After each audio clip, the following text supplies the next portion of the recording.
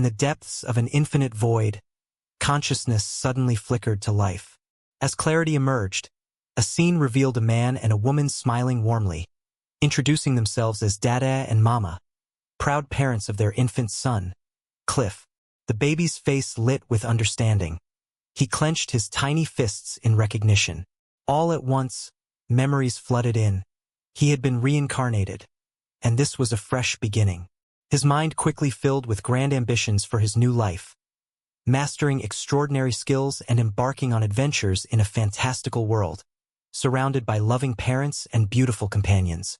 An intense, scheming expression crossed his face, prompting his new mother to ask if he was planning something. He quickly dismissed the idea as mere imagination. The scene shifted back 1 month. His consciousness awoke in a vast, blank white space, and he wondered where he was, noticing the emptiness surrounding him. A jolt of shock coursed through him as he realized his body was gone. Frantically, he fought to stay calm and piece together what happened before losing consciousness. Panic began to rise as he reached out with his non-existent hands, searching for any remaining fragment of his physical form, but found nothing. Memories flooded back. He was Mitsuya, an overworked employee at a demanding company. On his way home after another late shift, seeking comfort in his favorite ice-themed anime on his phone, he stepped into the path of an oncoming truck. The pieces clicked. He had been hit by a drunk driver's vehicle. The conclusion was undeniable. He was dead. As this reality settled in, he sensed another presence and called out into the emptiness. A voice responded, and a majestic elder figure appeared, holding a staff. The figure introduced himself as the god of creation, explaining that he managed several worlds, including Earth. Mitsuya's disembodied mind processed this calmly. Dead, a god, and a truck. He connected the dots, recognizing the classic tropes of reincarnation and fantasy worlds. He asked if this meant he had been reborn into another realm. The god confirmed his assumption without hesitation. Without delay, Mitsuya eagerly requested a cheat ability, envisioning swords, magic, and heroic battles. The god of creation revealed that he had already planned to grant him such a power from the start. He explained that there was no point in dwelling on his death as it was already a fact. His true focus was on the reincarnation into the icy sky, a world he had always dreamed of. Surprised by his decisiveness, the god pondered whether all young souls accepted their fate so quickly. Then, with enthusiasm, Mitsuya declared his desire to live the best life possible in a world of swords and magic, aiming to build a harem using powerful cheat skills. The deity acknowledged his honesty but also noted that he appeared to be entirely consumed by his ambitions. Amused by the young man's determination, the god considered this and proceeded to present him with a long list of extraordinary abilities, ready to shape his new destiny. He explained that although reincarnated souls could learn new skills effortlessly later in life, he was granted the unique opportunity to choose 3 abilities before birth. The deity emphasized that native inhabitants of this world could not acquire skills as freely, making this pre-birth selection an invaluable advantage. Recognizing the significance of this gift, the young man expressed sincere gratitude. Curious about the system, he inquired whether a specific skill was necessary to cast magic. The god confirmed that innate affinities mattered, clarifying that individuals are naturally predisposed to certain domains, such as swordsmanship or fire magic, and can only develop skills aligned with their talents. He further explained that while persistent effort might allow someone to acquire many abilities, mastering a skill without the innate talent was nearly impossible. Even decades of training could end in failure. Processing this vital information, the young man pondered his options carefully. He chose skills he considered highly versatile: appraisal and item box. For his third choice, he selected all magic aptitude, seeking a skill that would be both enjoyable and broad in magical application. The deity agreed smoothly to his selection. With his choices set, the god bade him farewell, urging him to enjoy his second life to the fullest. As a parting offering, he granted divine protection from the creator god, promising to watch over him and expressing hope for their reunion someday. This statement left Mitsuya puzzled as his consciousness faded and his new existence commenced. He awoke as a 1-month-old baby, lying in a crib. His new life had begun, and his new name was Cliff Bolt. As he lay there, memories of his past life gradually formed in his mind. With a determined thought, he mentally commanded his status window to appear. To his delight, a translucent display materialized before him, revealing his skills: appraisal, item box, all magic aptitude, and his current station: the second son of a Margrave. He took this information in, understanding that he was part of a high-ranking noble family with lands at the border of the kingdom. Deciding to test his all-magic aptitude, he raised a tiny hand to cast a spell. But when he focused his will, nothing happened. A flicker of confusion crossed his infant face. He concentrated harder, attempting to activate his magic once more, but the result was the same: silence where magic should have manifested. His focus shattered when a young woman in a maid's uniform peeked into his crib. Frustrated, he flailed, questioning why his supposedly powerful abilities weren't working. The maid, noticing his agitation, gently asked what was wrong, addressing him as young Master Cliff. Misunderstanding his distress, she leaned closer, offering to check his diaper. A wave of deep embarrassment washed over him as the humiliating realization of his situation struck fully. He was a newborn with the mind of an adult. Quietly, he promised himself that one day he would rise above this shame. 2 years slipped by, and now a toddler, Cliff stood steadfast, a faint shimmer of energy flickering around him. Although he still hadn't mastered magic spells, his dedicated, secret training in controlling magic had markedly increased his innate power. He frequently checked his status to monitor his progress. While he could now access his appraisal and item box skills, his overall magical aptitude remained inactive, fueling his hope of casting spells soon. His status window revealed remarkable growth. His magic power, which had started at a single point at birth, had soared to 500. The results of his persistence were irrefutable. His training was interrupted by a familiar voice. Mary, the maid, appeared at the door announcing breakfast was ready. He turned with a cheerful greeting. She offered to hold his tiny hand, but he politely declined, knowing that building his physical stamina was essential for future growth. For his small 2-year-old frame, simply walking through the expansive, high-ranking noble mansion was excellent exercise. He was guided into the grand dining hall by Mary, where his family was already gathered for their morning meal. They greeted him warmly. His mother, Mira Bold, beamed proudly, praising him for walking all this way alone. His father, Alec Bald, shared her pride, greeting him with a warm smile. His older sister, Milia, remarked that he was as adorable as ever, while her twin, Arthur, admired Cliff's independent spirit.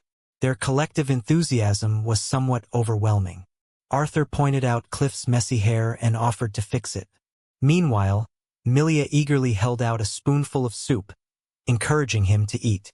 As her gentle hand wiped his cheek, a profound sense of gratitude filled him. He silently thanked the Creator God for reincarnating him into such a loving and caring family. Later, during the meal, his mother mentioned that Milia and Arthur would soon participate in their appraisal ceremony. Cliff reflected on the term, recalling that children typically visit the church at age 5 to greet the gods. Arthur explained that this ceremony was vital for discovering one's innate talents, during which they would receive a divine blessing. Some even gained divine protection and unique skills. Cliff listened carefully, thinking that since the Creator God had already granted him 3 skills, he probably wouldn't acquire any new ones. His brother clarified that only after receiving this blessing could someone actively use magic. For instance, their father obtained the Master Swordsman skill and the divine protection of the Sword God, while their mother had the sorcery skill and divine protection from the magic god. The explanation left Cliff marveling at the possibilities. Upon hearing this, Milia's face grew visibly tense with worry. She expressed her hope that divine protection would favor her, and she fretted aloud about what might happen if she failed to receive it. Their father quickly comforted her, assuring that even without divine blessing, She and Arthur would always remain their cherished family. Their mother echoed this warm sentiment, reinforcing the unbreakable bond they shared. Witnessing this unconditional love moved Cliff to tears, filling him with a deep sense of gratitude and realization of his good fortune. Milia, touched by her parents' unwavering support, expressed her heartfelt thanks. Meanwhile, Cliff lay on his bed, contemplating his situation. It seemed as though he had already been granted some divine favor before reincarnation, which puzzled him. Why couldn't he wield magic yet? This question sparked a memory from his previous life. He recalled reading a light novel where a character cast magic simply by visualizing it. A sudden clarity struck. Perhaps visualization was the key to unlocking his power. With newfound determination, he sat upright and focused intensely. Clenching his tiny fist, he imagined a glowing ball of light forming on his fingertip, whispering the word, light. Almost instantly, a bright flash erupted from his hand. His eyes widened with pure joy, thrilled at his success. The radiance was so intense he had to shield his eyes. As the glow faded, he stared at his finger, a profound realization settling over him. He could indeed use magic. Yet, the effort drained him rapidly, and he felt his strength waning. He collapsed back onto his bed. At that moment, his family burst into his room, their faces lined with worry as they called out his name. They hurried to his side, relieved to find him simply asleep. It became obvious that he fainted from magical overexertion, a scenario they had never considered. Their visit was only to check on him, but what they saw was their youngest child already capable of wielding magic. The sight rendered them all speechless with shock. His father, Alec, voiced their collective disbelief, asserting that a 2-year-old should not, under normal circumstances, be able to use magic. However, their initial astonishment quickly transformed into overwhelming pride. Alec's face lit up as he clenched his fist in excitement, proclaiming their son a prodigy. His wife and siblings wholeheartedly shared in this pride. The family continued to marvel at Cliff's extraordinary gift. His mother gently stroked his cheek, whispering her wonder about what kind of great man he might become. A few days later, Alec gathered his children and announced an introduction. He would be bringing a married couple, friends of his, who would serve as their new home tutors. He gestured toward the man and woman standing before the children, and the man introduced himself as Roman, the woman as Snow. Both offered warm greetings. His mother explained that these were Arthur and Milia's new teachers. Though the concept of a home tutor was unfamiliar to Cliff, he greeted them politely, eager to learn. Snow commenced the first lesson by explaining that children from noble families are tutored at home until they reach the age of 7 and enter primary school. Cliff listened carefully, recalling that Arthur had received divine blessings for swordsmanship. His mother then explained that they specifically sought teachers skilled in both combat and magic to match their children's talents. It was revealed that Roman and Snow were seasoned adventurers of high rank, a fact that deeply impressed Arthur and piqued Cliff's curiosity. Eager to learn more, Cliff decided to secretly check their stats using his appraisal ability. The results were astonishing. Roman was at level 45, protected by a war god, and skilled in swordsmanship, while Snow was at level 43, guarded by a magic god and adept in sorcery.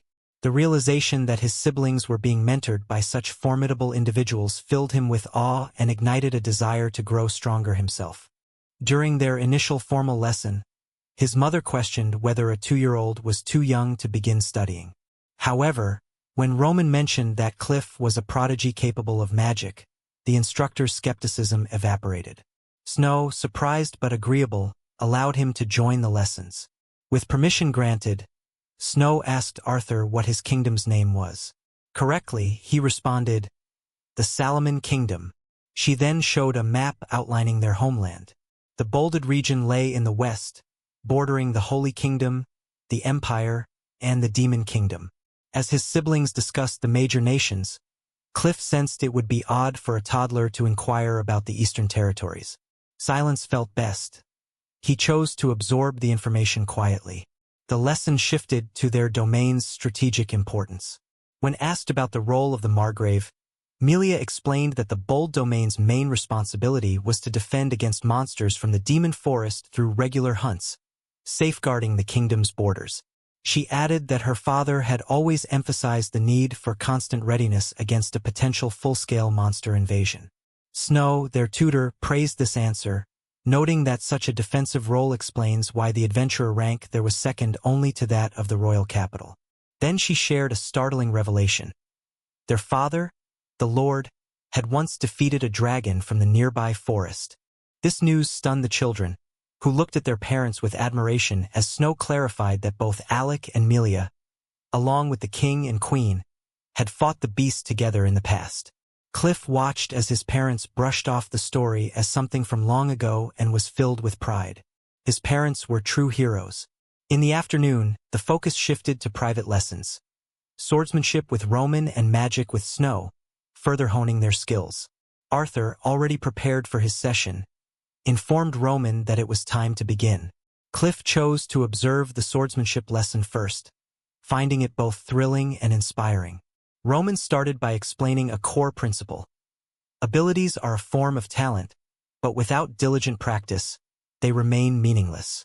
He emphasized that even the most potent skills mean little if one neglects training, as strength is built through relentless effort. Cliff absorbed this lesson, recognizing that despite his extraordinary talent, he was currently weak. He resolved to focus on strengthening himself through dedicated effort. Roman then announced it was time to master the fundamental movements, practice swings. Watching his brother take up the wooden sword, Cliff felt a surge of motivation. Seeing this, he decided to join in, imagining himself one day battling monsters. With conviction, he declared that his legendary journey was starting now. However, reality quickly proved tougher than his enthusiasm. He strained with all his might, only to collapse onto the ground, his face twisting with exertion as he realized he couldn't lift the small wooden blade. He sprawled on the dirt, gasping for breath. Roman knelt beside him, noting that though Cliff was giving his best, the wooden sword was simply too heavy for a 2-year-old. Next to them, Arthur watched quietly as Cliff mourned his lack of stamina.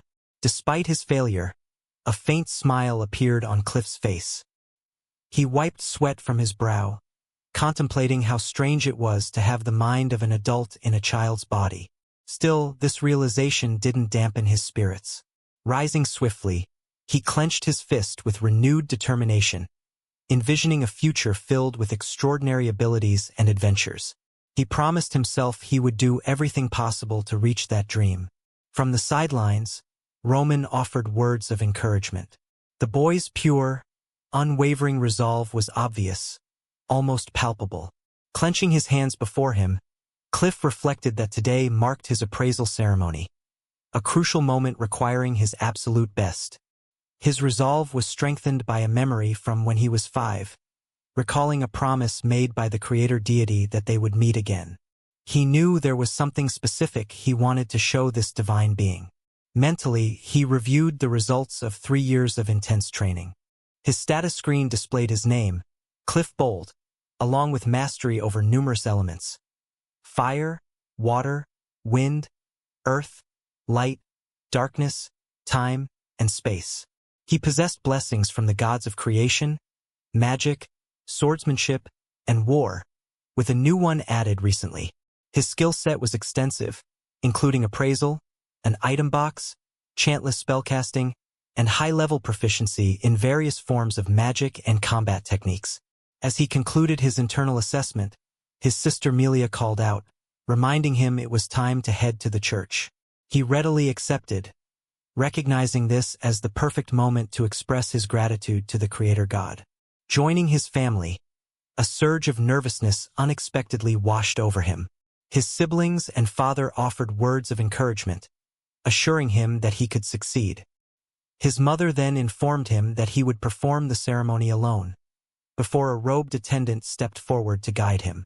Led into an ornate hall, he found himself standing before a majestic statue representing the Creator. He bowed his head in gratitude for the fulfilling life he had lived. Though he jokingly lamented the absence of cheat abilities or harem, he silently prayed for the enduring blessing of the divine. His prayer was not met with silence. Instead, a sudden, startling sensation coursed through him. His eyes shot open wide, filled with shock and confusion. He realized his consciousness had shifted to an extraordinary scene. A gathering of unfamiliar figures lounging around a heated kotatsu table. He demanded to know their identities. Before he could process what was happening, an elderly man with a beard clarified that he was not the creator, but a different deity altogether. As he absorbed this revelation, two more gods introduced themselves. A man clad in armor identified himself as the god of the sword, remarking how relaxing the kotatsu was for conversation. A woman with flowing hair then announced herself as the goddess of magic. The introductions continued around the table. A cheerful, bald man declared himself the god of commerce, while a keen-eyed woman proclaimed herself the goddess of war. Finally, a young man engrossed in a handheld device muttered that he was the god of games, currently busy with his own affairs. Cliff could only float in this strange space, utterly bewildered by the sheer number of divine beings present. The elderly god reassured him with a gentle smile, urging him not to be so tense. Another deity explained that this gathering consisted of those who happened to be free at the moment, mentioning others like the goddess of love, the goddess of harvest, the beast god, and the dragon god. The elderly god then informed him that they had decided to grant him the skill of concealment, ensuring others would not recognize him as a reincarnated soul. Filled with gratitude, Cliff bowed deeply and expressed his heartfelt thanks. His gaze then shifted to two additional deities at the table. The god of the sword remarked that they had seen him practicing with his wooden sword daily. Remembering the blessings he had received, Cliff swiftly thanked both the god of the sword and the goddess of magic. The goddess smiled, noting that her blessing was a natural fit given his talent for various kinds of magic, and encouraged him to continue demonstrating his spells. The god of the sword winked confidently, advising him to keep honing his skills. Realizing that they had been watching over him all along strengthened his resolve to work even harder. After a moment, the elderly god gestured toward the heated kotatsu table, inviting Cliff to sit, relax, and join their conversation. Once he was seated comfortably, the discussion began to delve into more serious matters. One of the gods brought up a certain deity who was absent from the meeting, the evil god. When Cliff inquired about the name, a dark, shadowy silhouette of the entity materialized nearby, sending a shiver through the air. The god of the sword spoke with a troubled expression, revealing that even the divine beings were distressed by the evil god's relentless efforts to destroy the world. The god of magic gasped in astonishment upon hearing this news, which was new to Cliff.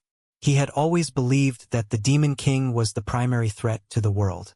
The gods clarified that the Demon King was actually a creation of the evil god, though they noted he had been unusually quiet lately. An older, wiser god explained the core rule that governed their existence. No deity, not even the evil one, could directly meddle in the mortal realm. Instead, the evil god employed the Demon King to sow chaos indirectly. Unable to simply stand by and watch, the other gods decided to bestow a blessing upon a human, granting them the title of hero to fight against this threat. Cliff's eyes widened in surprise. He had heard rumors about a hero emerging in the Empire, tasked with defeating the Demon King. He imagined a noble warrior clad in shining armor wielding a sword high overhead and felt a surge of admiration. He listened as the god of creation made an astonishing confession, that he himself had granted the hero title.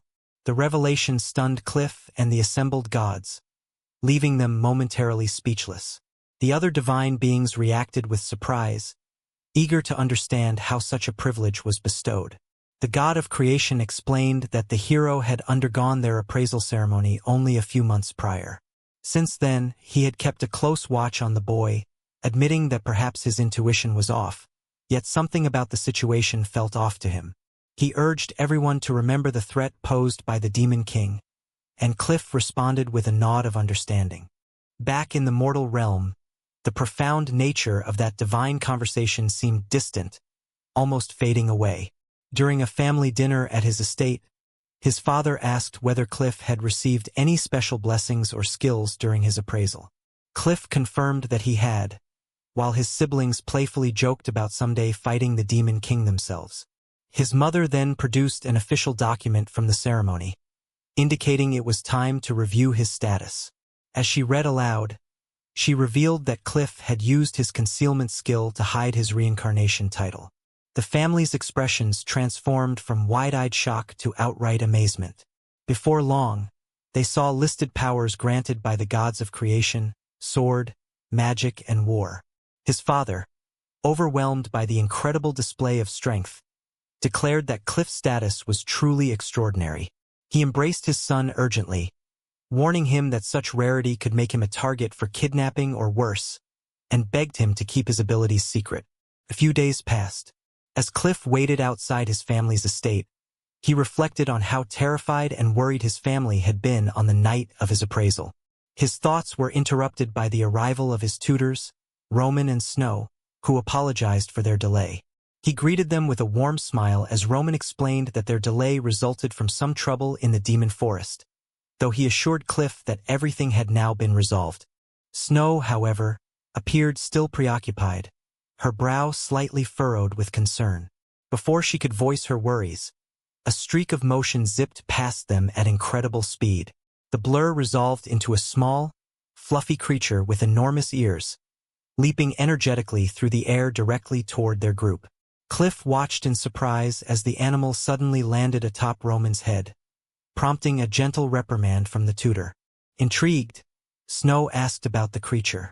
Roman clarified that it was a fennec, exactly the trouble he had mentioned earlier.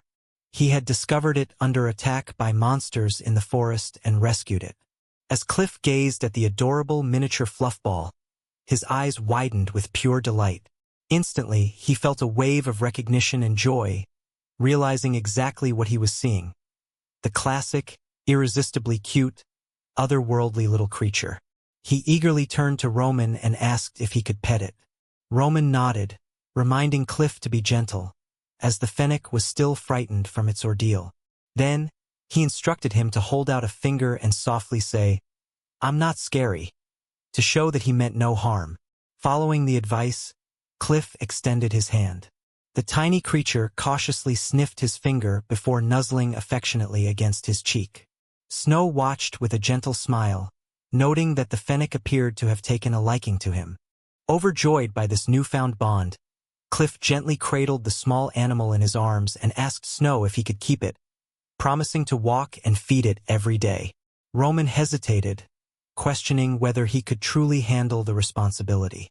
But seeing how fond the fennec had already become of him, both Snow and Roman agreed to entrust the creature to Cliff's care. With his new companion secure in his arms, he knew it was time to give him a name. His family and tutors eagerly suggested names, most of which were variations of Fluffy. Roman, however, suggested that since the creature was probably male, a more fitting masculine name would be better.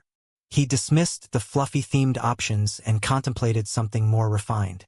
Suddenly, an idea struck him and he proposed the name Ree. The fennec responded with an enthusiastic chirp, sealing the choice. With a broad smile, Cliff officially welcomed Ree into his life. In response, the lively little creature leapt into the air playfully and landed gently atop his head. 3 years passed. Now older and stronger, Cliff walked near the edge of the demon forest, intent on learning a new spell. He sent Reese off to play, confident he could track the creature using his perception skills. As he reflected on his progress, he noted that his skill levels had increased significantly, and his overall statistics now rivaled those of an A-rank adventurer, a remarkable achievement for someone of his age. His advanced abilities resulted from intense study, and he remembered that, at the age of 6, he had begun attending elementary school after enduring rigorous tutoring from Snow and Roman. The schoolwork, reminiscent of primary lessons from a past life, was far too easy for him. As a result, he secured perfect scores across all subjects, earning the slightly awkward title of child prodigy among his peers. His advanced knowledge made his classes feel dull and uninspiring. He recognized that genuine growth could only come through independent study and determination. Today, with a resolute look, he set his mind on practicing flight magic, a skill he found remarkably effortless to master. Just as he was about to begin, a sudden, jarring sensation halted him in his tracks. His eyes widened in alarm as a sense of something deeply wrong washed over him. Rei's presence in the vicinity felt strange. He sensed that Rei was encircled by a crowd of people. Realizing that staying on the ground would be too slow, he prepared to take a more direct approach. With a surge of energy, he launched himself into the sky using flight magic, swiftly heading toward Rei's location. Mid-flight, a girl's scream shattered the silence, echoing from the same direction, heightening his sense of urgency. As his view cleared, he was met with a grim scene. Rei was standing beside a young girl, her face twisted with terror, as three ominous figures closed in on her. A stocky man, a dark-haired youth, and a boy wielding an eye-shaped object. The girl's fear was palpable, her silent pleas forming an urgent cry in his mind. Her desperate hope that Cliff, who she believed was nearby, would come to her rescue. Meanwhile, in the forest of demons, Cliff's attention was caught by a frantic shout. He rushed to find a young girl being harassed by a group of rough, brutish bandits. Her face was a mask of panic. Recognizing the peril, a resolute expression settled on his face. From his palm, a tiny flicker of flame materialized. He commanded the men to back away from the girl. The bandits, stunned by the sudden display of magic, froze in confusion. Before they could react, Cliff cast a fireball spell, causing the small flame to explode in a burst of force and smoke. The blast threw the bandits into disarray, their screams echoing as they were propelled helplessly through the air. Panic overtook the aggressors as they scrambled to flee, their only thought to run from the destructive magic. Cliff watched them retreat, letting out a steadying breath as immediate danger dissipated. Turning to the trembling girl, he softly asked if she was hurt, concern evident in his eyes. Offering a gentle smile and extending a hand, he reassured her that she was safe now. Her initial fear faded into surprise, her cheeks flushing as she looked up at him. As he comforted her, pride swelled within him for handling the situation so effectively. Suddenly, an armored knight hurried toward them, urgently calling out to the girl, asking if she was unharmed. The knight's presence shattered Cliff's self-satisfaction, revealing her true status as a princess. His mind now raced to process this revelation, just as the arrival of his parents, Alec and Milia, interrupted everything. His father welcomed a man named Mata with warmth, while his mother addressed the girl as Princess Celine. Standing before them were the royal family, King Mata Salmon and his daughter, Princess Celine Salmon. The king responded politely to Alex's greeting, and the young princess shyly simply offered a courteous good afternoon. Yet, the weight of everything that had just transpired pressed heavily on him. He hadn't merely rescued a girl. He'd saved a princess herself. Now, the king was present, and that realization left Cliff feeling overwhelmed. His cheeks warmed, and beads of sweat appeared as he stood flustered before the monarch. When his parents, Alec and Milia, arrived, his father questioned the king's unexpected presence. It was then revealed that the king and Cliff's parents were once adventurers, close companions who had once fought a dragon side by side. Acting on the king's prompting, Princess Celine began recounting her adventures of the day. She explained that she was on a holiday visit and had stopped in a flower field, where she encountered the creature Rei. Distracted by chasing an adorable fennec, she veered off her path and encountered bandits. Her story reached its peak as she vividly described how Lord Cliff suddenly appeared. He employed both flying and fire magic, unleashing a blazing fireball, and then turned to ask if she was unharmed. The princess was enchanted, recalling simply that he had rescued her, much to the amusement of the adults. Blushing at the praise, he insisted he had only done what anyone would do. King Mata expressed heartfelt gratitude, affirming he couldn't thank the boy enough for saving his daughter. The king remarked on Cliff's maturity, noting that his capabilities matched his reputation as a prodigy, even reaching the palace. Since they were already traveling to the estate, he offered Cliff a ride in their carriage after the rescue. Once the story was over, Alec, Cliff's father, invited the royal visitors inside, remarking that they were all impressed by Cliff's growth. While Milia prepared tea, the group moved deeper into the manor. Then, his father addressed him directly, instructing him to go play with Celine in another room while the adults discussed matters privately. The sudden command caught Cliff entirely off guard. Before he could fully process it, he found himself seated alone with the princess in a parlor. A wave of panic seized him. He sat stiffly opposite her, his mind racing as he wondered what to say. Desperately searching for a topic, he finally asked what her favorite food was. The princess, slightly blushing, answered quietly, "Apples." Her simple reply sent his mind into chaos. He had no idea how to continue the conversation.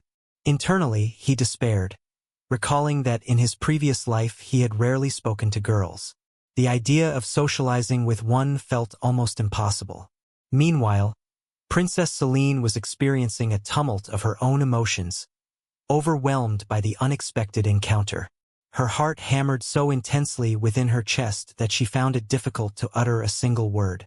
Her cheeks burned as she held her gaze on him. Meanwhile, in a separate chamber, their parents engaged in a serious conversation. Alec Bald addressed King Mattis directly, asking why he had journeyed all the way to the frontier. The king's face remained solemn as he explained his purpose: to assess the situation deep within the demon forest. He reminded Alec that 3 years had passed since a hero last appeared in the Empire. According to legend, the emergence of a hero often coincides with the rise of a demon lord. Alec grasped the ominous meaning. This could indicate that major shifts were already unfolding in the demon realm, and their dark influence might soon begin to spread into the forest.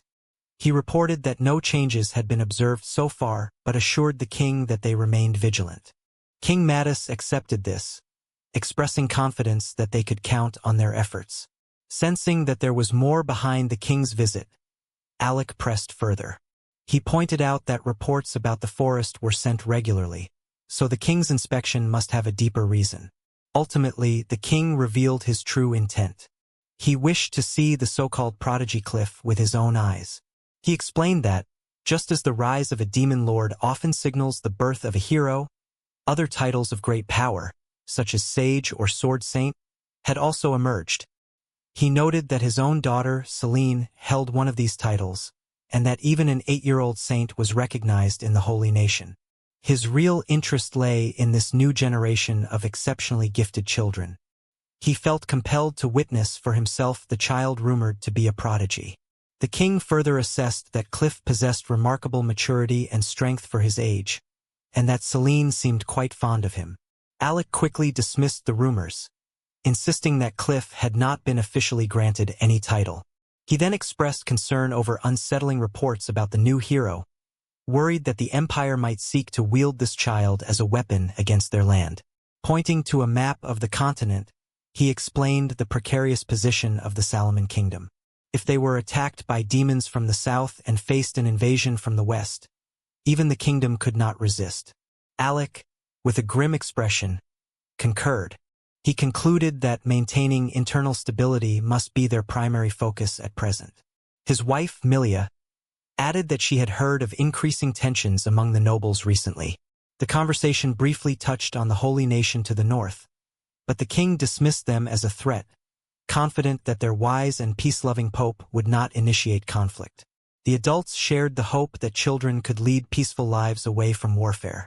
Far from these tensions, the king mentioned that Prince Ricky, Celine's brother, had recently turned 11 and had begun high school.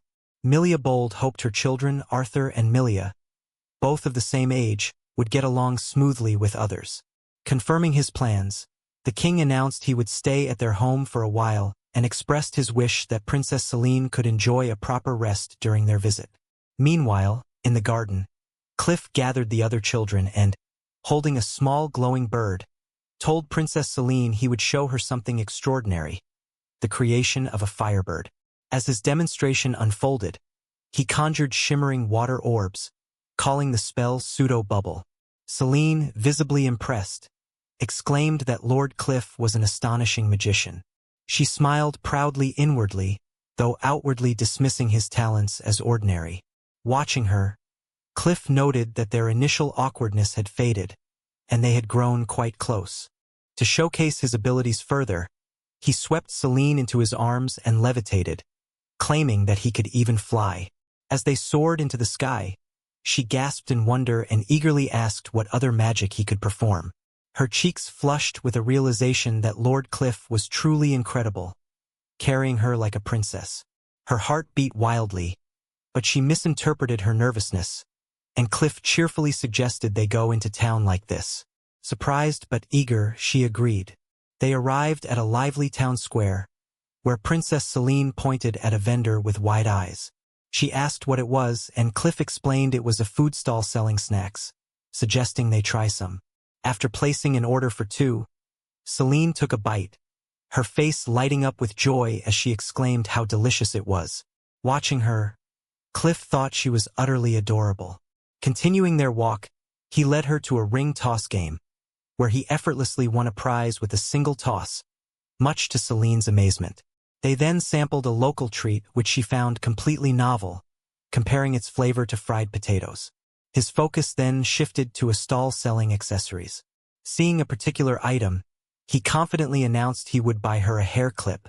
Gently, he placed a flower-shaped clip into her hair, telling her she looked wonderful. Internally, Cliff cursed his own nervousness and stumbled over the compliment. Her face lit up with joy, and she sincerely thanked him. Her genuine smile surprised Cliff, realizing it was the first time a girl looked at him with such warmth. However, those joyful days came to an end. On her departure day, Celine stood before her carriage, looking downcast while holding Ree. She confided in Cliff that she would be saddened by their separation, a feeling that troubled him deeply. He quickly reassured her, reminding her their farewell was only temporary. Both of them would be attending the Royal Capital High School once they turned 11. The reminder lifted Celine's spirits, and she added that Ree would be coming with her as well. With a gentle smile, he promised they would meet again then, holding Ree, who squeaked happily. The princess eagerly agreed, tears of joy welling in her eyes as she gave a heartfelt yes. 3 years later, Cliff, now older, stood ready to leave as his family saw him off. His mother checked that he had packed everything, and he promised to send a message once he arrived. As the carriage pulled away, he wondered how Celine was doing and made a silent vow to meet her in the royal capital. With Ree on his shoulder and determination burning inside, he set out to turn his dream of a modest, honest life into reality. A month after leaving the frontier, a lightly guarded carriage was suddenly halted by 3 bandits. Their leader, wielding a sword, demanded the young passenger, seemingly wealthy, surrender all valuables. The bandit taunted Cliff, asking if he was too scared to make a sound. Cliff, with Ree perched on his head, remained silent, his face calm. He sighed tiredly, thinking how these ambushes had become all too familiar. In a flash, a powerful surge of energy erupted, knocking the bandits several meters through the air amid their shocked cries. Cliff regarded it as just a warm-up before reaching the royal capital. The defeated bandits hurriedly apologized, and the coachman, grateful, kept thanking him repeatedly. Watching them retreat, Cliff reflected that, although he once admired heroes and grand stories of overcoming villains, doing it himself now felt routine because of the frequent attacks. He recognized that his rigorous training had paid off. When he turned 11, his abilities soared, earning him titles like Child Prodigy and Archmage, along with powerful skills such as teleportation and ultimate fire magic. Confident, he declared that the era of constant ambushes was over. Sitting safely inside the carriage with Ree squeaking from his shoulder, Cliff's expression grew firm with resolve. He saw this journey as only the beginning of realizing his dream, to gain overwhelming advantage in this world. As the carriage neared a vast fortified city, its towering walls came into view, marking the end of his travels. Now they had finally arrived at the royal capital. Inside the city, bustling streets teemed with life. Citizens strolled along cobblestone roads, conducting daily activities amid tall, timber-framed buildings. Peering from the window, Cliff took in the lively scene, noting how different it was from the peaceful frontier he knew. The carriage stopped in front of a charming place called Haven Hamlet. Cliff decided what to do first. He would unload his luggage and then immediately begin exploring this vibrant city, eager for what lay ahead. He recalled asking his older brothers, who had already begun their high school studies in the city's capital, for recommendations on where to stay. The name Haven Hamlet sparked memories of his siblings and their shared experiences. He was aware that gaining admission to the high school required passing a challenging entrance exam. For a traveler like himself from distant regions, booking accommodations in advance seemed wise, offering peace of mind. With his plan in mind, he entered a nearby inn. The door chimed softly as he stepped inside, and he cheerfully inquired about available rooms. Behind the counter, a young woman with striking animal-like ears turned to face him, her eyes wide in surprise. For a brief moment, she seemed to recognize someone she knew but quickly dismissed the thought, confirming they had accommodations. He was instantly captivated. It was his first close encounter with a beastkin, and her fluffy ears moved him deeply. His silent admiration was interrupted when she asked how many nights he planned to stay. He hurriedly apologized for staring, explaining his fascination, then requested a room for a full month. She mentioned that many beastkin resided in the capital and asked if he had traveled from afar. Their conversation became a pleasant coincidence. She too was from the Western Bold Territory and was in the city to take the Royal Capital High School entrance exam. Recognizing their shared purpose, she lit up with a warm, friendly smile. Excitement welled up within him at the thought that if both succeeded, they might become classmates. The notion momentarily sparked impure fantasies, causing him to suppress a broad grin. Extending his hand, he introduced himself as Cliff Bold, hoping they would get along. Her expression froze, shock evident, as she processed his surname. Her friendly demeanor abruptly faded, replaced by a flurry of apologies. She bowed deeply, mortified at having casually addressed a noble from the frontier aristocracy. Flustered, Cliff urged her to stand. Suddenly, something twitched in his pocket, startling the beastkin girl with a small cry of surprise. From his pocket emerged Ree, a tiny fennec-like creature. Her anxiety vanished instantly as she squealed with delight, praising how adorable Ree was. She noted that Ree's ears matched her own and asked if he was Lord Cliff's friend. Cliff guessed Ree must have emerged from exhaustion after their long journey. Her cheerful reaction eased the tense atmosphere, and she eagerly cradled Ree in her arms. Cliff reflected that Ree had often assisted him before, including helping him forge a good relationship with Princess Celine. An amusing thought crossed his mind. Beastkin girls seemed to adore Ree. A faint blush warmed his cheeks at this realization. Shaking off the thought, he addressed the earlier awkwardness, waving dismissively and telling the girl that nobility didn't matter and she could simply call him Cliff. A little while later, he chuckled softly, privately wondering whether Ree might actually be more charming to girls than he himself is. When he offers a friendly gesture, she looks up with a hopeful expression, introducing herself as Mike. She suggests that, since fate has brought them together, they could become friends. He agrees warmly, and they shake hands in mutual understanding. The following morning, Cliff walks purposefully through the bustling city.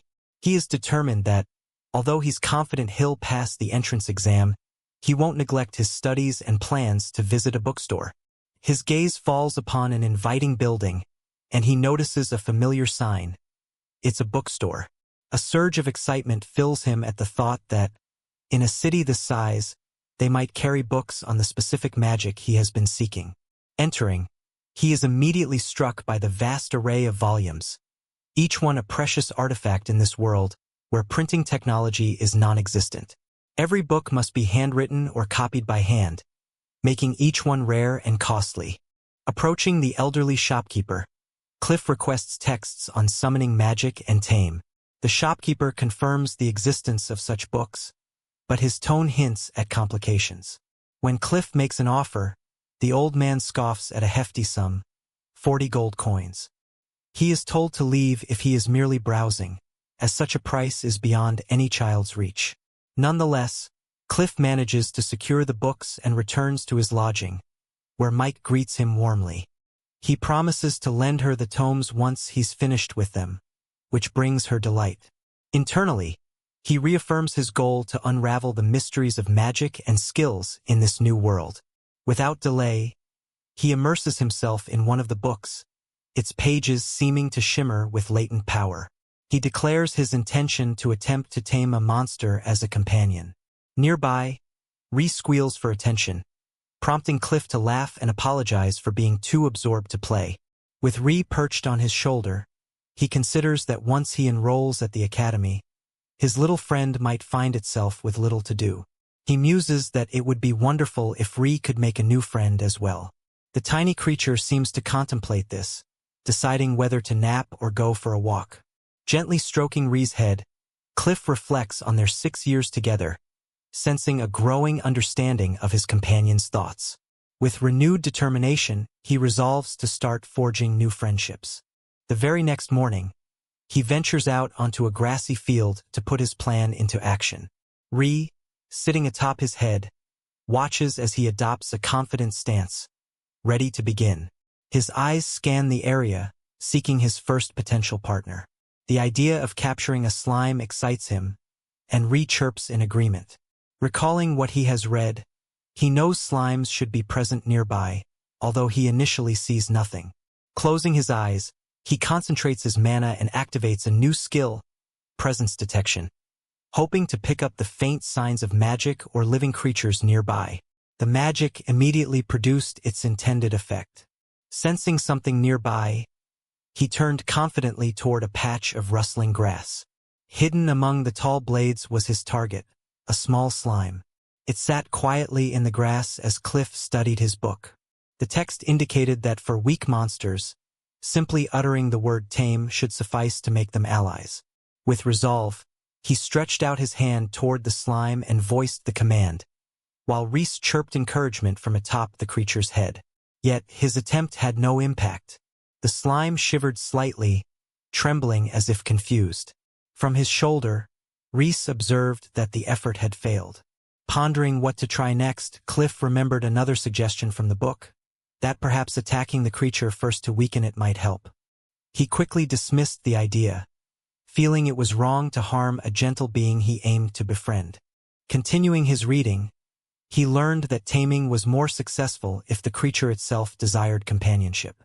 Reese, now perched on his shoulder, let out a gentle cry of concern. Inspired by his companion's support, Cliff's determination rekindled. He smiled at Reese and declared that giving up now would spell defeat. Reese chirped back enthusiastically in agreement. Suddenly, a rustling sound from nearby bushes drew their attention. Peering through the leaves, they saw a small creature with green skin wielding a makeshift club. Recognizing it as a goblin, Cliff was surprised to encounter one in this area for the first time. The goblin stepped into the clearing, its gaze fixed on the unarmed slime. Cliff realized goblins likely inhabited these woods. As the goblin drew closer to attack the defenseless slime, a protective instinct ignited within Cliff. He leapt from his hiding spot, shouting for it to stop, declaring that the slime was his. A small flame flickered into existence in his palm. With a fierce cry, he thrust his hands forward, sending a fiery ball that engulfed the goblin. "That's my friend-to-be," he shouted. The slime watched with wide eyes as the goblin shrieked and scorched, then scrambled to its feet and fled into the woods. Watching the goblin retreat, Cliff wiped a bead of sweat from his brow with a confident smirk, remarking that he was accustomed to fighting bandits. Standing still, he noticed the small gelatinous creature now pressed against his leg, seemingly safe and attached to him. Sensing its willingness, he once again activated the taming skill. To his and Reese's astonishment, it succeeded. The slime faintly shimmered, encased in a magical aura, indicating the bond had been formed. Excited by this victory, Cliff realized he should give his new companion a name. He suggested Slakichi, then Slalen, and even Slasaboro. However, the creature appeared unimpressed by these choices. The slime let out a joyful cry, calling out Suim and Picky with excitement. Cliff chuckled, recognizing Suim as the perfect companion. with Reese perched atop his head and Suim at his side. He sensed that the atmosphere was about to become much livelier. Thus, Suim officially became part of the group. Cliff introduced his new slime friend, named Swim, to the startled girl with beast-like features, Mike. Her eyes lit up as she asked whether it was a monster, her enthusiasm evident. Cliff reassured her that Swim posed no threat and would not attack anyone. Her initial wariness shifted to curiosity, and she shyly reached out to touch it. Tentatively, she poked the gelatinous body, her face registering surprise at the cold, squishy feel. Instantly, her face brightened with delight. She embraced Suim tightly, marveling at how cute it was as the slime responded with a cheerful chirp. Watching the scene, Cliff smiled softly, appreciating how this gentle encounter made for a wonderful start to the day. As she continued to cuddle the slime, Mike turned to Cliff and inquired about his plans. Cliff explained that he intended to register as an adventurer.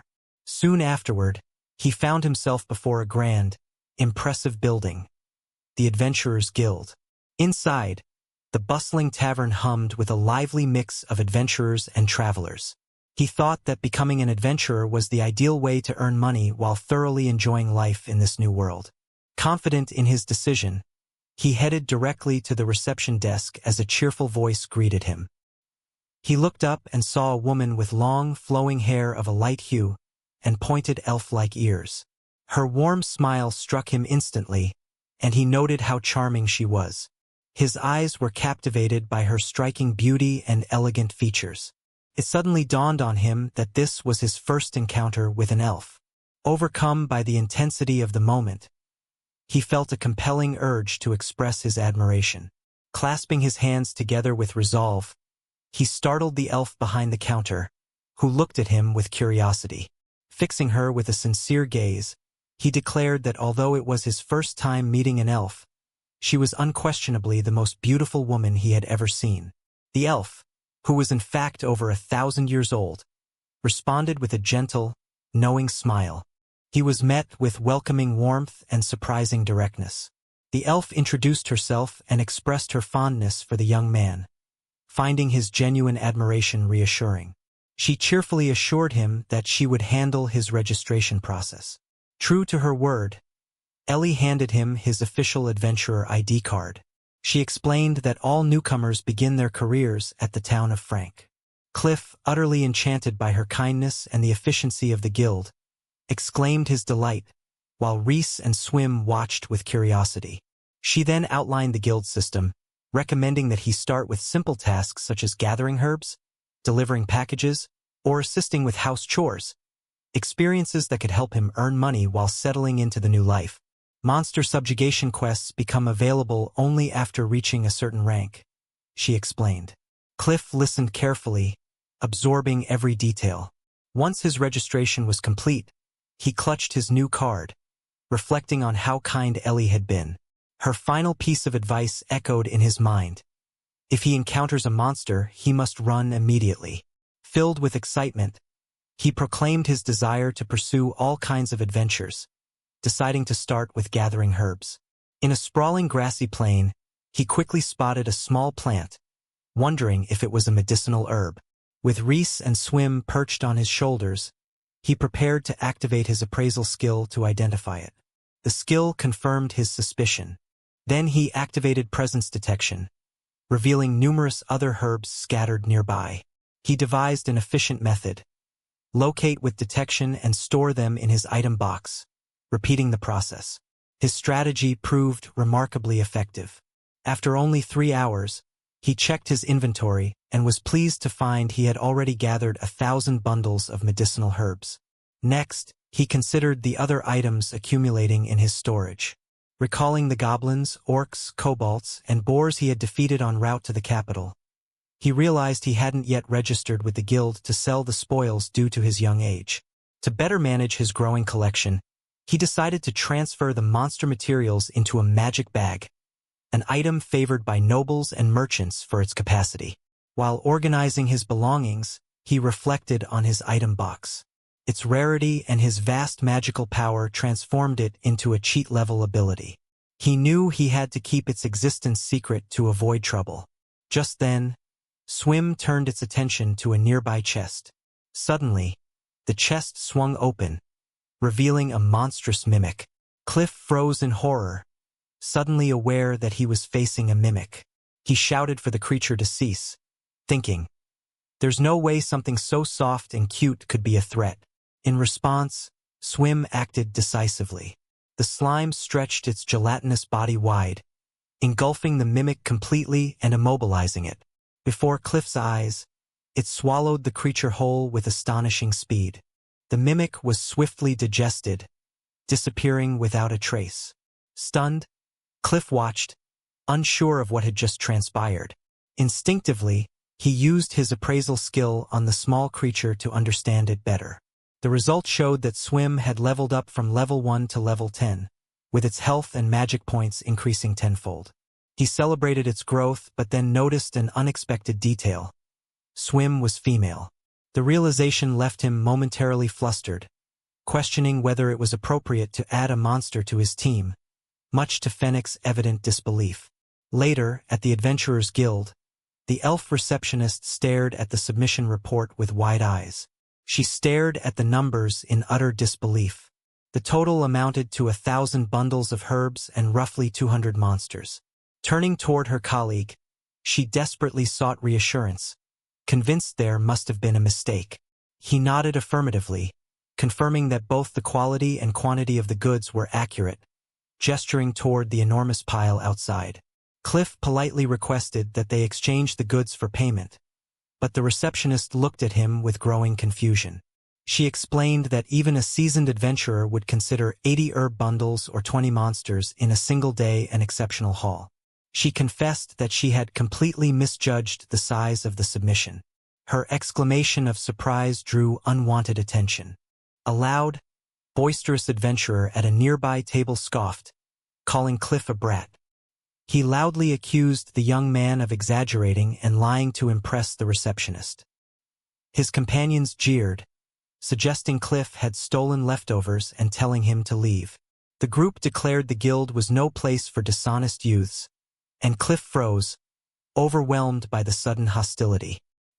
He found himself surrounded by stereotypical troublemakers, the biggest of whom, a burly man with a dark goatee, chuckled loudly and told Cliff to go home and drink his mother's milk.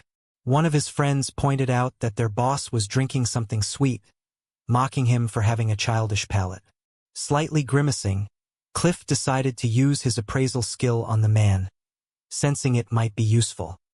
His suspicion was confirmed. The guild was mostly populated by adventurers with rankings from C to E, which he considered quite capable. Judging by the level of magical power he sensed, the man was likely a C-rank adventurer himself. Suddenly, the large man stomped toward him, finger pointed accusingly. He loudly declared his intention to enforce 2 guild rules right then and there. The first rule, he shouted, was to respect his drinking time and not disturb him. Grabbing Cliff's head with a firm grip, he emphasized his dominance. The second rule, grinning wickedly, was total obedience to him. Cliff's face twisted with frustration at the audacity. From behind the counter, the elf receptionist calmly intervened, informing the bully that no such rules existed and that he should stop causing trouble. Cliff, still caught in the man's grip, appeared to have anticipated this. His patience snapped. He shouted for the man to stop and quickly moved his hand, channeling a skill he had learned from Swim. His goal was to prevent the aggressor from attacking. A whirlpool of water formed from the mug in the man's hand, bubbling up rapidly and enveloping his head in a watery prison, catching him completely off guard. The spell's immense force caused the adventurer to stagger backward, sputtering as he was engulfed by a torrent of liquid. He lost his footing and crashed to the floor in a heap. Cliff watched impassively, remarking that if the man so desperately craved to drink, he could indulge endlessly. An eerie silence fell over the guild hall, punctuated only by the stunned reactions of onlookers. They marveled at the sheer potency of Cliff's water magic, marveling at how an F-ranked mage could display such strength. A nickname began circulating among them, deemed the strongest F in history. Cliff, unruffled, explained that he had only knocked the man out with a light touch. The stunned adventurer stood there, bewildered, as the title Strongest F echoed around him. Confused, he stammered, glancing around in surprise. Ellie, the elf receptionist, greeted him cheerfully and formally introduced him to his new moniker. With a laugh, she added that the nickname mostly referred to drinking skills, which only deepened his confusion as he realized the nickname was now official. From that moment on, the guild looked forward to the exploits of the so-called Strongest F. On the grounds of a grand academy, Cliff Bold gazed at the gathering crowds with admiration and excitement. He announced that the entrance exam had finally commenced. He marveled at the large number of examinees assembled before him. Nearby, a young girl with fox-like ears and a bushy tail admitted she was extremely nervous. Cliff activated his appraisal skill to assess the other children, pondering what types of applicants had come. He remembered that, in the Salomon Kingdom, 11-year-olds are allowed to attempt high school entrance exams. His skill quickly identified several nearby students, including the eldest son of a viscount and a girl from a baronial family. Cliff realized with a start that many children from noble backgrounds had gathered here. His attention was drawn to a pair of noble young women exchanging greetings, one thanking the other for a recent ball. He understood that, for these noble families, the event was just as much a social affair as an academic challenge. Suddenly, his gaze fell upon a distinct group of examinees walking along the stone path ahead. His eyes widened in surprise and recognition. The group was remarkably diverse. A beast man with wolf-like features, a rabbit-eared girl, and a graceful elf. Most astonishingly, a small boy rode atop a massive stone golem's shoulders, prompting gasps from other children. The sight of a golem user filled everyone with awe. The golem's heavy steps dislodged a stone, which tumbled dangerously toward two nearby children. Cliff shouted a warning, sensing impending chaos. Meanwhile, elsewhere, a clash was already unfolding. A well-dressed, arrogant boy towered over a kneeling girl with dark hair, accusing her of purposely bumping into him. Cliff observed the scene, recognizing the characteristics of a spoiled noble brat. The boy puffed out his chest and loudly declared himself Lord Bran, heir to the head of the account's family. The dark-haired girl, supported by a friend, sincerely apologized, admitting she hadn't been paying attention. Lord Bran, flanked by two companions, dismissively scoffed, declaring she shouldn't expect forgiveness just because she was a commoner. Then he bellowed for her to bow down immediately. As she hesitated, a gentle hand restrained her. Cliff had stepped forward. Calmly, he told her to wait, explaining that there was no need for her to kneel. He stood firm, hands open in a calming gesture, emphasizing that he cared little for his own fate but saw no reason for her to bow, especially as the bump had been unintentional. His composed words only increased Lord Bran's anger. The young noble roared that Cliff's words disrespected the future head of the accounting family. With sarcasm, he twisted school rules about equality to justify his outrage. When Cliff refused to submit, Lord Bran declared he would teach him a lesson, stepping aggressively toward him. His heavy fist swung clumsily but with force, striking Cliff squarely in the face. The blow sent Cliff stumbling back.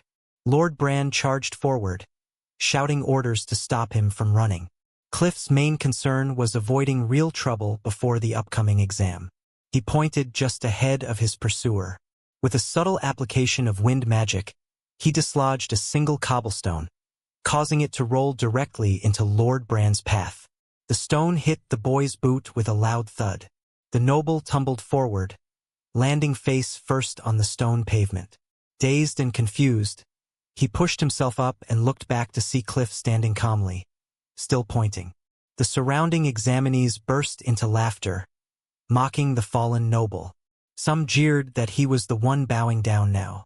Humiliated, Lord Bran scrambled to his feet, face flushed with anger. He tremblingly pointed a finger at Cliff, vowing to crush him someday, then turned to leave with his companions. As the tension eased, Cliff reflected on the diverse crowd present, while the noble girl beside him dryly remarked that such scenes were hardly unusual. His thoughts were interrupted by a familiar voice. Standing before him was Princess Celine, who greeted him warmly, noting it had been some time since their last encounter. He looked at her in surprise before quickly recovering, expressing his happiness to see her and admitting he had been eager for their reunion. Celine smiled, recalling their promise to meet again once they reached high school. He complimented her, mentioning how even more beautiful she looked than he remembered. A faint blush appeared on her cheeks as she responded that she was simply glad he was doing well. Meanwhile, the two girls accompanying him whispered about how impressive his earlier display had been. Celine added her own praise, commenting on how handsome he had become. Their conversation was interrupted when the fennec, suddenly popped out from beneath his hat, earning a sharp reprimand for not staying at the inn as instructed. Her gaze instantly fixates on the tiny creature before her. With wide, shimmering eyes, she leans forward eagerly, inquiring in amazement whether the small being had been with him all along. Overcome by a surge of happiness, she gently scoops the creature into her arms, christening him Kiki and whispering, "It's been far too long." Nearby, the other girls observe her with interest, noting that Princess Celine seems even more thrilled to see the creature than she was to reunite with Cliff. This subtle observation prompts the two young women to discreetly inquire about Cliff's relationship with the princess. Celine, still cradling tilts her head slightly, her expression hinting at curiosity, eager to hear his reply. However, the moment of reunion is soon interrupted as the entrance examination commences. Inside an opulent hall, Cliff and Celine sit side by side at their desks alongside a commoner girl and a rabbit-beast man, all focused intently on the written test before them. Once the exam concludes, students file into the vast cafeteria to take their lunch break. Sitting with Celine and others, Cliff quietly expresses his confidence, mentioning that he felt reasonably good about his performance on the written portion. As he begins to eat, another student, a dark-haired boy, approaches his table and asks if he might join. Finding the boy's attitude refreshing, Cliff readily agrees. The newcomer shares that he had witnessed the confrontation with Lord Bran earlier that morning and found it quite satisfying. Noticing that Bran, notorious for his rough demeanor, is glaring at them from across the room with obvious resentment, the boy remarks that Bran still bears a grudge. Soon, two girls approach their table, drawing more attention. One with long, light-colored hair introduces herself as Sher Coleman, while the other girl, with darker hair, says her name is Alice. Both thank Cliff sincerely for his help earlier that day. Alice explains how grateful she is, noting that her family's standing prevented her from opposing Lord Bran's clan, and she feels genuinely saved by Cliff's intervention. He is pleased to hear this. The group's growing size catches the eye of others, especially when Princess Celine herself enters, carrying tray and cheerfully calling out to Lord Cliff, inviting him to join her for lunch. Everyone is taken aback, questioning how Cliff and the princess have come to know each other so well. After their meal, the students head into the afternoon practical exam. Cliff reflects on how many potential friends he is making, feeling optimistic about enrolling, though he recognizes he has not yet officially passed. An instructor announces the beginning of the first part, an assessment of their magical power. Students are instructed to hold their hands above a crystal orb. The scores vary dramatically. One participant earns a respectable 83, while another shocks everyone with an astonishing 700. Hearing the fuss about such a high score, Cliff realizes that his own magical strength is probably too overwhelming to display openly. He decides to conceal his true level. When his name is called, he steps forward, activates a concealment skill, and gently places his hand over the crystal. The crystal immediately began to fracture and darken, its surface turning pitch black as if corroded by an enormous, unfathomable force, causing the instructor's eyes to widen in shock. The outcome was unmistakable. For Cliff Bold, measuring his magical strength was simply impossible. The crystal had been overwhelmed, unable to contain or display a power level beyond comprehension. During the exam, the crystal before Cliff turned dark and inert, prompting the proctor to express confusion, questioning if it had broken. However, Cliff quickly realized that his concealment skills had worked too effectively, preventing an accurate reading. At that moment, a young girl with long, light-colored hair entered the hall. The proctor bowed respectfully, calling her the headmistress, startling Cliff. She appeared no older than 8 but graciously thanked the proctor for his efforts.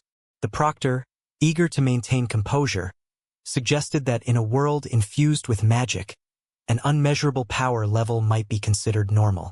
Internally, he resolved to use his appraisal ability to learn more about her. The girl, already picking up the crystal, gazed at it with a pensive expression before suddenly fixing her sharp gaze on Cliff. The unexpected stare caused him to recoil. His calm crumbled into panic as he wondered what consequences awaited if his magic could not be measured. Could he still qualify for enrollment? The headmistress watched silently, her expression unreadable, adding to the tension. Finally, she broke the silence with a clear statement. Cliff's magic power was 2,000. The declaration stunned Cliff into silence. As she turned gracefully and started to walk away, he startledly shouted after her in disbelief. Her swift departure only deepened his bewilderment. The other examinees buzzed in excitement, whispering that Cliff was a prodigy for having scored so highly, though he was relieved that his actual power, estimated at 30,000, remained hidden. As the headmistress moved down a stone corridor, she pieced together the situation. The crystal's inability to produce a measurement above 2,000 indicated that Cliff was utilizing concealment magic. Its resistance to measurement was evident, yet the crystal itself was intact. Her internal analysis told her that Cliff was even more powerful than she had suspected. She believed his magic exceeded 10,000, otherwise, she reasoned, she would have managed to perceive it. Memories of a recent encounter with the king surfaced. His Majesty had asked her earlier to observe a certain candidate. She had initially considered this a bother but had now focused her attention on the boy. Contemplating the day's events, she recognized that many examinees carried special titles, yet Cliff's talent surpassed all expectations. His abilities were extraordinary and out of the ordinary. She resolved that this young boy, only 11 years old, was someone of significant importance, someone she would need to monitor closely in the future. Walking along a stone colonnade, the young headmistress's thoughts remained centered on Cliff, and she determined she must learn more about him. Meanwhile, outside the hall, the proctor gestured to those who had completed their magical measurements, instructing them to proceed to the next stage of the examination. Cliff was left pondering what the next challenge might entail as the scene shifted into a new phase, a one-on-one mock battle. An examiner faced off against an examinee, their swords clashing with sharp, resonant clangs. Watching intently, Cliff quickly grasped that this duel was a test of combat skills. He was struck by the examinee's remarkable swordsmanship, recognizing it as truly impressive. As the match intensified, his thoughts drifted toward his own upcoming confrontation, wondering who his opponent would be. Unnoticed behind him, the headmaster approached. She plainly announced that she would serve as Cliff's opponent for this mock battle. Surprised, Cliff turned around with disbelief, protesting that such a move was unorthodox for a headmaster. She simply acknowledged that her decision was an exception, her gaze steady and unwavering. Her words were firm. She was in the mood to fight, and her resolve left Cliff feeling a mixture of dread and curiosity about what lay ahead. The surrounding students erupted into whispers, recognizing her as Misty Alteria, legendary sage, and the realm's most powerful mage, possessing an astonishing 10,000 magic power. Cliff was stunned to realize he was about to face a renowned figure he had only read about in stories. Despite the shock, the headmaster signaled him to begin. Nervously, Cliff cast 2 spells in quick succession, a fireball followed by a wind cutter. Misty remained motionless, her face inscrutable. She effortlessly neutralized his assaults and glanced at him with a subtle hint of criticism, asking what he was actually trying to achieve. She declared that his magic was too weak to even make a dent. Recognizing that revealing his true strength might make him stand out even more, Cliff hesitated, grimacing at the realization he didn't want to draw unnecessary attention. The headmaster, perceiving his concern, calmly devised a solution. In a smooth motion, she summoned a colossal, swirling barrier of energy from the ground, encasing both of them. Cliff could only gape in astonishment, understanding what was happening. The barrier solidified into a nearly opaque dome, wholly isolating the combatants from outside view. Beyond the barrier, the students and proctors looked on in awe and frustration, unable to observe the duel between headmaster and examinee. Inside the enclosure, Misty Alteria offered a self-assured smile. She reassured Cliff that there was no need to worry, explaining that the barrier was designed to hide their fight and contain all magic within. With the arena now private, she urged him to fight with full strength. Her eyes sharpened as she challenged him directly, urging him to reveal his true power. Her boldness took Cliff aback for a moment, realizing she had probably penetrated his concealment skill. Accepting her challenge, he warned her not to underestimate him and promised to give his all. With determination, he thrust his hand forward and unleashed a blazing firestorm that roared into existence before him.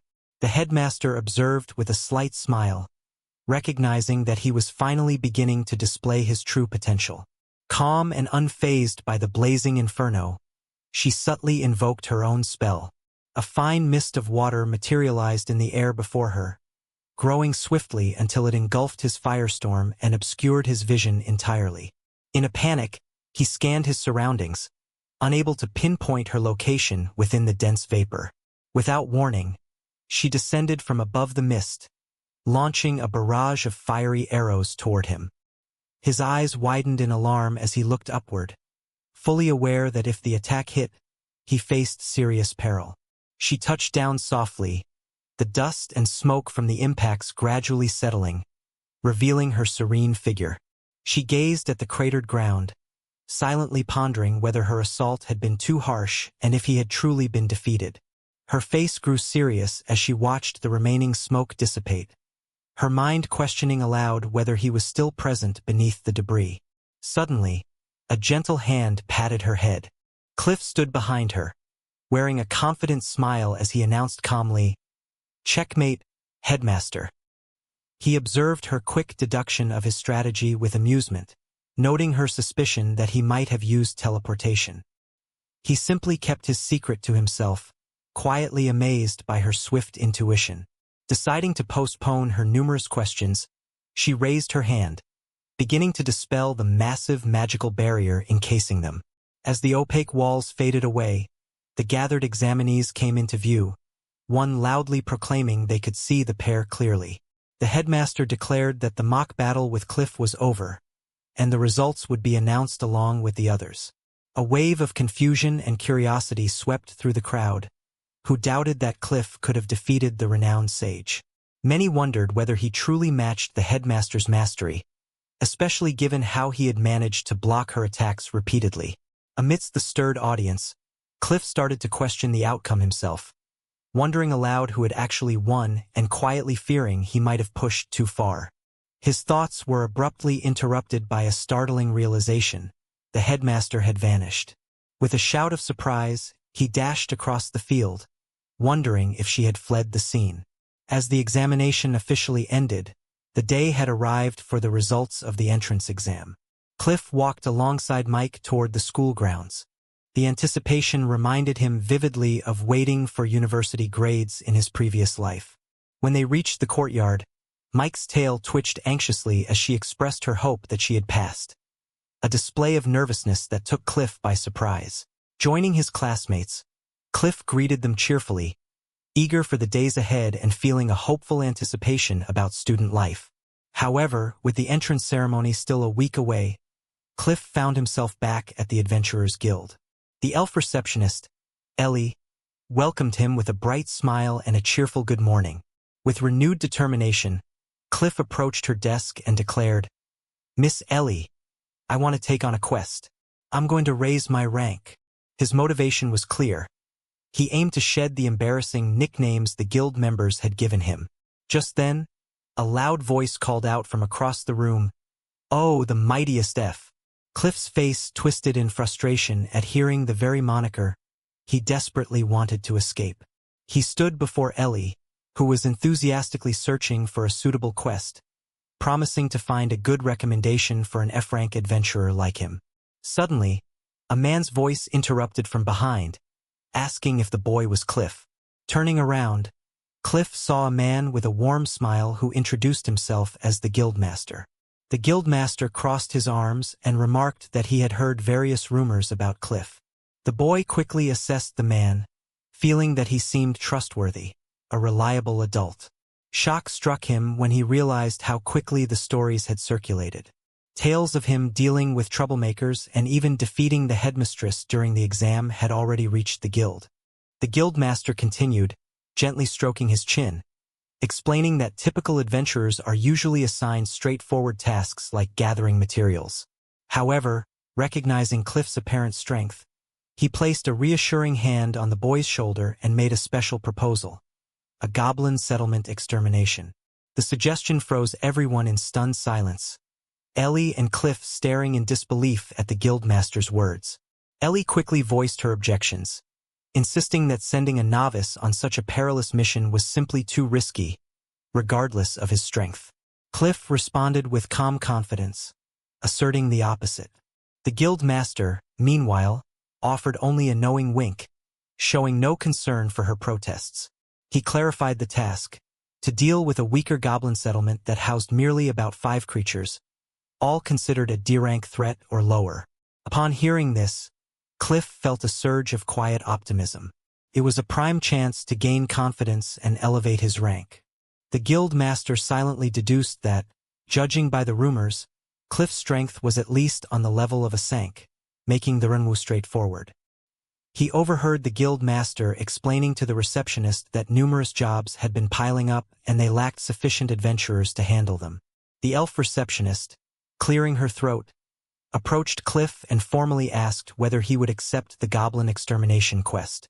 With a confident smile, he readily agreed, recalling that he had previously fought goblins before meeting his companion, Swim. Once the mission was accepted, he and Swim set out toward the designated location. From the cover of the woods, they observed a small group of goblins, confirming they'd found the settlement. Cliff thought it should be an easy task given the weak creatures. However, the goblins emerging from the shadows proved far more intimidating than he expected. A formidable quartet emerged, armed with a flail, a scythe, a cleaver, and a skull-top staff, their faces twisted into malicious grins. His confidence wavered as he took in their menacing presence. A sudden jolt of concern struck him. They appeared much stronger than the simple threat he initially believed. He activated his presence detection skill, expecting only 5 goblins. To his shock, the system revealed 200. Seeking clarity, he turned on his appraisal skill, which confirmed his worst fears. Beyond the basic goblins, there were numerous more powerful variants present. The analysis revealed a hierarchy within the settlement, identifying a mighty goblin king and even a goblin emperor lurking among the horde. Recognizing the extreme danger, Cliff decided to cease appraising for now. Instead, he devised a plan: take down the isolated enemies first to prevent the threat from spreading. Spotting a lone goblin guarding stolen farm produce, he called out to Swim, signaling them to work together. Cliff unleashed a burst of dark energy, and Swim followed with a swift strike. The quick attack was a small victory, but from the main settlement, the true scale of the problem became apparent. A sense of frustration swept over him as he realized the goblin horde seemed never-ending. He ordered Swim to lure as many goblins as possible, trusting the slime to attract their attention. Swim obeyed, emitting a small cry that immediately drew the entire goblin horde's aggressive focus. As the goblins swarm their position, he raises his hands and unleashes a storm of lightning magic. Bright arcs of electricity dart through the crowd, striking multiple enemies in a spectacular and chaotic flash. His powerful spell swiftly eliminates most of the initial wave. With a resolute gaze, he turns to Swim and states that they will finish the rest together, as distant goblin screams echo in the background. Later, at the Adventurers Guild, the Guildmaster offers a sincere apology. He admits that their lack of proper investigation led to the dangerous scenario, especially since they underestimated the size of the goblin settlement. Cliff, however, waves off the apology, reassuring them that it's all right. He smiles cheerfully, explaining that he actually enjoyed the experience, especially getting to cast so many spells.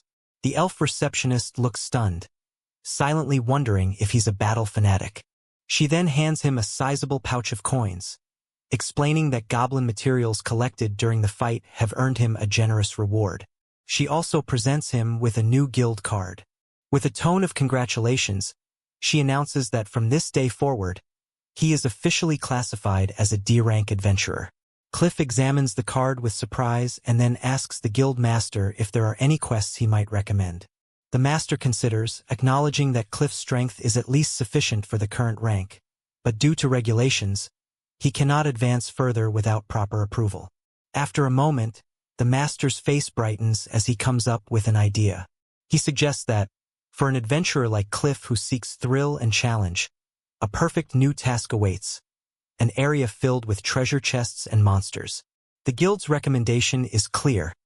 It's time to explore a dungeon. Accompanied by Ree and Sue, Cliff reaches his destination. He envisions a classic scenario: terrifying monsters guarding a treasure trove enough to last a lifetime. Breaking out of his daydream, he announces to his companions, "We've finally arrived."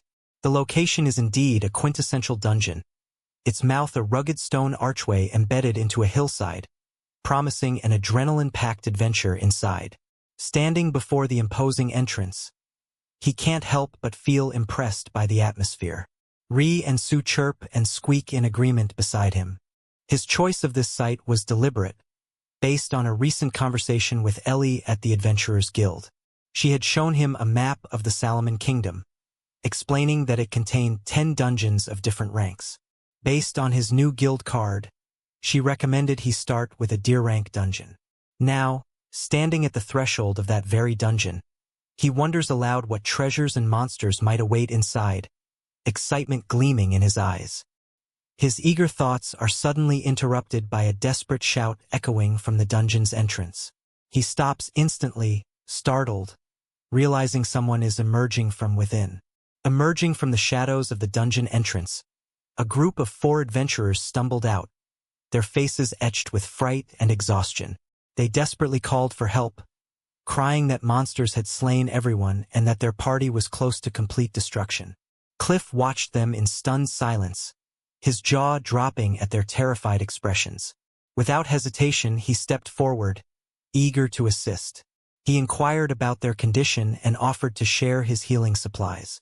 The warrior and mage in the group looked at him in surprise. The warrior gratefully accepted his aid on behalf of the others. Their gratitude washed over Cliff in tears. They called him kind-hearted. Slightly embarrassed, he dismissed their thanks but silently noted that even a D-rank dungeon can be deadly if one lowers their guard. As their panic subsided, one of the adventurers asked why he was there alone. Cliff explained he was about to venture inside the dungeon, prompting a gasp from the group. The warrior immediately warned him that exploring alone was too dangerous, especially for a child, and urged him to join a party. Cliff could only look back, surprised by their fervent protests. He processed their warning with a bead of sweat and understood that normal dungeon expeditions typically required a group. Ellie, the elf receptionist, observed his hesitation and elaborated. She acknowledged Cliff's strength but emphasized that adventurers often travel in teams, questioning if he truly intended to go alone. Heated by her words, Cliff agreed that joining a party was best. He told her he would limit his activities to scouting for the day and planned to return with others later. Waving cheerfully, he left the lodge. Once outside, his companion Ree's voice quivered with curiosity, questioning whether Cliff truly intended to go back. With resolve in his eyes, Cliff revealed his true plans. He hadn't yet decided to return. Instead, he apologized for ignoring good advice, explaining his reasoning. He wanted to enjoy exploring with everyone while he still could. As once school started, time would be scarce. His thoughts shifted to a specific goal. Turning to Sim, the slime, he asked if it knew about the humanoid shifting skill. Remembering from a book that monsters with this ability can transform into humans, he revealed his new ambition. If a slime leveled up sufficiently, it could learn the humanoid shift skill. With stars in his eyes, Cliff dreamed of witnessing a beautiful human-shaped slime, perhaps a stunning female knight.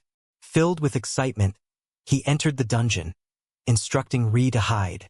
Inside the stone corridors, he was immediately confronted by a goblin wielding a club. A swift fireball spell quickly incinerated the monster. Nearby, he spotted a treasure chest, but his enthusiasm waned when he discovered only a useless wooden stick inside. Venturing further, he encountered what seemed like muddy terrain, and as he tried to navigate around it, a sudden sense of unease told him something was wrong. A pair of large eyes gazing up from the muddy puddle suddenly caught his attention. The mud beneath began to stir and rise, forming into a shapeless, massive creature. It appeared to be targeting him. Startled, he wondered if it intended to attack, calling out for Ree and preparing himself for the worst. He watched in disbelief as the mud creature unleashed a powerful burst of water magic, catching him completely off guard. The overwhelming sensation of pressure and suffocation was disturbingly familiar, bringing to mind a drunken stumble he once endured at the guild. He gasped for air, struggling against the magical onslaught. Quickly, he thought through a plan. Create distance and then use wind magic to disperse the water. He extended his hand and shouted the incantation for a fireball. To his amazement, the mud figure responded instantly, mimicking his motion perfectly and casting the exact same spell. The two fiery orbs collided midair, detonating in a fierce explosion that sent Ree shrieking in alarm. As the smoke dispersed, the terrifying truth was undeniable. It was an identical mud doll, copying not just his appearance but also his magic. He grimaced as he noted that the creature had even replicated a stray strand of his hair, only to lose it in the blast. Facing his identical twin of mud along a long stone corridor, a pressing question arose in his mind. How did this mimicry actually work? He speculated whether the creature could imitate the past experiences, knowledge, and habits of any adventurer who entered the dungeon. Suim, scanning the entity, provided a tactical insight. The mud doll only attacked when he did and showed no signs of fatigue. It was a relentless opponent. He realized a battle of attrition was hopeless. He would almost certainly be defeated. Conceding this, he acknowledged a mistake. He had assumed this first-level dungeon would be friendly to newcomers and had underestimated it. It was proving surprisingly challenging. Reforming his strategy, he called out, "Ree Suim, come to me." His companions quickly gathered. Ree perched on his shoulder, and Suim hovered close by, his expression firm with resolve. He understood his vulnerability. Reflecting once more on his overconfidence, he saw that the dungeon was tougher than he anticipated. Now facing his perfect mirror, he realized the only way to win was to exploit his own weaknesses. He declared with steely determination that he knew where he was most vulnerable. Bracing himself, he kept Ree on his shoulder and Suim nearby. His insight was clear. A perfect copy could never harm his allies. Acting on this, he hurled Ree and Suim directly at his stunned doppelganger. The mud doll, unable to retaliate, shattered upon impact. Cliff apologized to his companions for using them as shields, admitting that initiating such a tactic was difficult for him, while Suim lay dazed on the ground. In the dungeon, a grand, intricately decorated treasure chest materialized where the monster had been. Reese immediately sensed that it contained something valuable. Inside, Cliff uncovered a rare artifact, an extraordinary sword capable of mimicking an opponent's swordsmanship and moving independently. Despite its overwhelming power, Cliff simply smiled and stated that he does not wield swords. He also noted that both he and Suim had gained levels from their recent battle. As he spoke, Reese suddenly tensed, sensing a change in the slime's aura. Suim began to glow with a radiant light that illuminated the room. Alarmed, Cliff called out to the slime, wondering if it was transforming into a humanoid form, perhaps into a beautiful girl. But the transformation completed, and instead of another being, a perfect miniature replica of Cliff himself stood before them. He quickly realized that Suim had learned a transformation skill which copies what it observes, unlike the humanoid shift skill that would allow speech. Satisfied with this progress, Cliff praised Suim's growth and asked if it could now change into a form he had in mind. After clearing the dungeon, Cliff and his newly transformed companion returned to a large guild building. A voice from inside greeted him as he entered. He proceeded to the guild counter, presenting the materials he had gathered. The elf receptionist, Ellie, commented that the mission had been tougher than she originally expected. Cliff agreed and asked her to purchase the items, which she readily agreed to do. Then, he proudly placed a sword on the counter and announced other findings. Her eyes widened sharply in shock as she identified it as the Mud Doll Treasure Sword, a rare artifact obtainable only from a B-ranking dungeon. Cliff looked back in disbelief, bewildered by the mention of such a high-level dungeon. He quickly refuted this, pointing to a map and insisting he had entered the D-rank dungeon marked for him. She examined the map carefully, then nodded with a tentative smile, noting that the location was actually part of the nearby B-rank dungeon. She apologized, explaining many people confuse the two, but most realized their mistake quickly due to the stronger enemies within the B-rank. Cliff's face showed alarm at this mistake, realizing how dangerous it could have been. Hearing this, the guild master approached and indicated he had something to show Cliff. At that moment, Cliff understood that the dungeon's high rank was the reason the Mud Doll was so formidable. Following the guild master's command, Suim suddenly transformed once again. It shape-shifted into a tall, stunning, fully armored female warrior wielding a massive sword. The dramatic change left Ellie and the guild master momentarily speechless.